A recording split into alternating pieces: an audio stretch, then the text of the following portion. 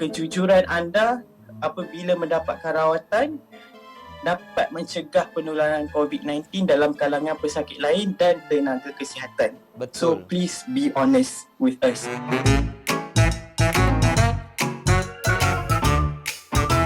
Oh no! Kembali lagi bersama dengan saya Isy. Fizi tak ada, Ajak pun tak ada. Sebab ini adalah untuk kita menjaga social distance kita. So, hari ini saya seorang saja untuk Oh no. Oh no, sedih betul lah bila dapat tahu masih ada lagi pesakit-pesakit kita ataupun insan-insan kita yang degil, yang tak nak pergi hospital kalau tahu demam ke atau buat ujian saringan untuk test positif ke tidak untuk COVID-19. Jadi hari ini kita nak berborak pasal ni. Kita bersama dengan Dr. Muhammad Yusof Zawir bin Abdul Rahim, seorang pegawai perubatan Jabatan Kecemasan dan Trauma Hospital Shah Alam. Assalamualaikum Doktor. Waalaikumsalam, Isy. Saya terfikir satu je. Sebenarnya frontliner kita ataupun barisan hadapan kita sebenarnya akan lumpuh kalau ada masyarakat yang degil, yang tak nak pergi buat ujian saringan. Jadi saya nak tanya pendapat doktor lah. Pesanan doktor lah. Mungkin secara tegas ke, secara lembut ke, macam mana nak bagi tahu dekat orang yang berdegil untuk sembunyi maklumat ni? Situasi seperti ini sebenarnya baru saja terjadi di hospital tempat saya berkhidmat. Oh, okey. Di mana pesakit menyembunyikan maklumat menghadiri acara yang terkait dengan COVID-19 outbreak. Ini telah menyebabkan pesakit dimasukkan ke wad biasa sehingga mendedahkan orang lain kepada khususnya petugas kesihatan kepada risiko untuk tertularnya penyakit COVID-19 ni. Pesakit yang mempunyai gejala jangkitan pada saluran pernafasan biasanya akan ada batuk atau sesama, sakit tekak ataupun demam. Ada juga yang datang dengan kesukaran bernafas. Sangat penting untuk mereka untuk jujur untuk memberikan maklumat berkaitan sejarah pergi ke luar negara ataupun ada sejarah kontak rapat dengan confirm case of COVID-19. Saya tekankan sini confirm case COVID-19 ya. Ataupun sejarah menghadiri acara-acara yang dikaitkan dengan COVID-19 outbreak. Bila anda dapatkan rawatan di hospital, biasanya anda akan pergi ke Jabatan Kecemasan biasanya. Betul. Jadi orang pertama yang akan menyambut anda di Jabatan Kecemasan adalah petugas dekat depan tu. Triage. Orang pertama tu yang penting untuk anda maklumkan. Kerana bila anda maklumkan kepada petugas triage ini, mereka boleh mentriage anda untuk mendapatkan rawatan di tempat rawatan yang khusus. Selalunya adalah pesakit apabila sudah positif, baru kita tanya ke ahli keluarga, tiba-tiba ada faktor risiko yang menyebabkan dia boleh dapatkan COVID-19. Dan pada waktu itu sudah terlambat kerana pesakit ini telah mendedahkan banyak petugas kesihatan kepada risiko untuk dapat penularan COVID-19. Tapi sekiranya dia ada simptom batuk, sukar bernafas, tapi dia tak ada pun jumpa dengan siapa-siapa yang ada positif COVID-19, tak ada keluar negara, adakah dia juga perlu membuat ujian saringan? Dengan gejala sahaja, saya tak sarankan untuk dapatkan saringan COVID-19 di fasiliti Kementerian Kesihatan. Buat setakat ini, menurut garis panduan yang telah dikeluarkan oleh Kementerian Kesihatan, mereka yang layak untuk mendapatkan saringan di institusi kesihatan di fasiliti Kementerian Kesihatan, kita panggil PUI. PUI ini adalah Person Under Investigation. Apa kriteria dia untuk jadi PUI COVID-19? Ada dua komponen penting yang saya dah sebutkan tadi. Pertama adalah gejala dan yang kedua adalah sejarah. Okey, dua ni mesti ada. Okey, gejala yang saya maksudkan di sini adalah gejala jangkitan saluran pernafasan. Artinya ada batuk, ada sakit tekak, atau ada sesama, atau ada kesukaran bernafas dengan atau tanpa demam. Tak semestinya ada demam. Yang kedua adalah sejarah. Sejarah melawat atau tinggal di luar negara 14 hari sebelum muncul gejala-gejala yang saya sebut tadi. Atau ada sejarah kontak rapat dengan kes COVID-19. Artinya confirm case, bukan kontak dengan orang yang datang untuk buat saringan. Jadi yang di mana result dia belum keluar.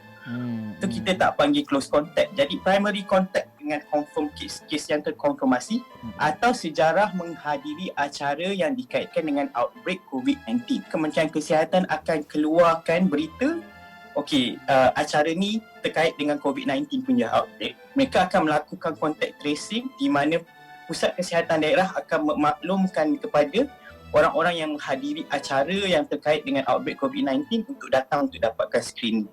Okey. Jika anda tidak menepati kriteria di atas, misalnya anda cuma punya gejala, anda tak ada history of travelling, tak ada close contact ataupun tak pernah menghadiri acara yang terkait dengan COVID-19 outbreak, anda boleh mendapatkan rawatan seperti biasa. Kalau anda masih juga risau, ada setengah rakyat Malaysia masih juga risau. Dia paranoid. Adakah betul ke? Okey, saya tak fit into kriteria ni, tapi saya nak test juga. Okay, this is a common thing that I face when I run the COVID-19 screening center. So kadang-kadang sampai bergaduh jugalah. Okey doktor, saya ada 2-3 persoalan lah pasal ada orang mengatakan, terutamanya dekat social media. Pertama sekali orang cakap perokok merupakan antara golongan yang paling berisiko untuk berjangkitnya COVID-19. Betul ke doktor?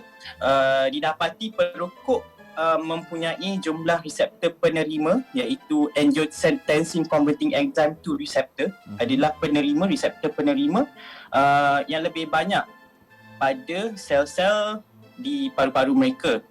Menyebabkan mereka lebih mudah untuk mendapat jangkitan virus, khususnya COVID-19. Macam mana pula dengan wanita mengandung? Wanita mengandung manusia juga. Jadi mereka ada risiko untuk mendapatkan, tidak terkecuali mereka ada risiko untuk mendapatkan COVID-19. Tapi sebelum tu doktor, ramai juga yang berdebat pasal isu face mask. Ada yang kata tak payah pakai pun face mask ni. Ada yang kata pula, ya ada gejala je kena pakai. Tak boleh, kita pun kena pakai sebab kita nak keluar. Macam mana tu sebenarnya? Kalau anda tak ada gejala, tetapi anda mempunyai kesulitan untuk mencari face mask, untuk membeli face mask khususnya, cukup dengan social distancing. Dia punya transmission ni droplet transmission. Jadi kalau orang batuk kat awak pun, dalam jarak 1 meter tu secretion tu dah jatuh dah. Dia tak sempat sampai dekat awak. Very less likely to goes into your body lah. Kalau dia away from 1 meter. Doktor, cuma kalau tak keberatan lah, nak tahu jugalah kalau waktu doktor bekerja sebenarnya berapa jam. Lepas tu nak tahu jugalah macam mana shift dia, adakah gila-gila ke. Tambah-tambah dengan masalah COVID-19 yang semakin meningkat setiap hari ni, sama ke tidak dengan waktu bekerja dulu? Kita ada 3 shift. Shift pagi, shift petang dan shift malam. Shift pagi dan petang dia punya duration adalah 7 jam. Shift malam 10 jam. Biasanya pukul 10 sampai 8 pagi the next day lah. Harus diingat, selama 7 jam itu biasanya pada siang hari lah, pagi dan petang tu kita pakai PPE yang full. Panas.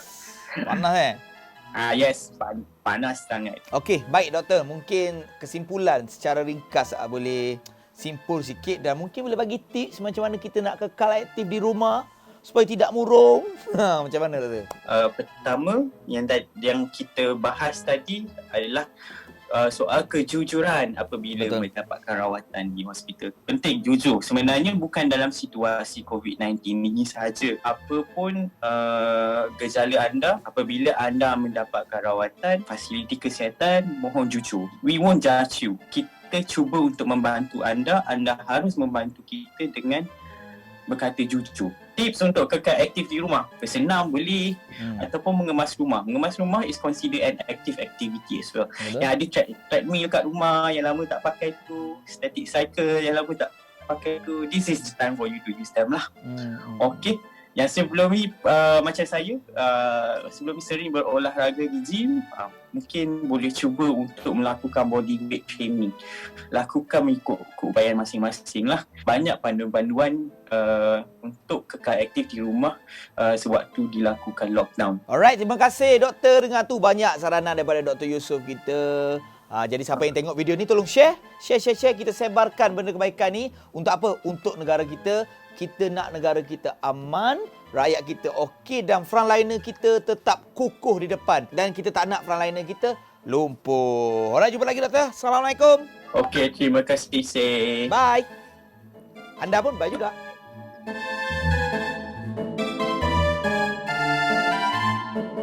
Okay, thank you doktor.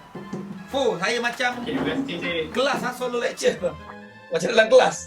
Memang lecture. Sebab benda-benda macam ni kurang Yalah. Ditekankan Betul. oleh jadi saya rasa macam perlulah sebab ramai yang datang kat COVID-19 time tu, screening center tu, mereka tak perlu pun datang.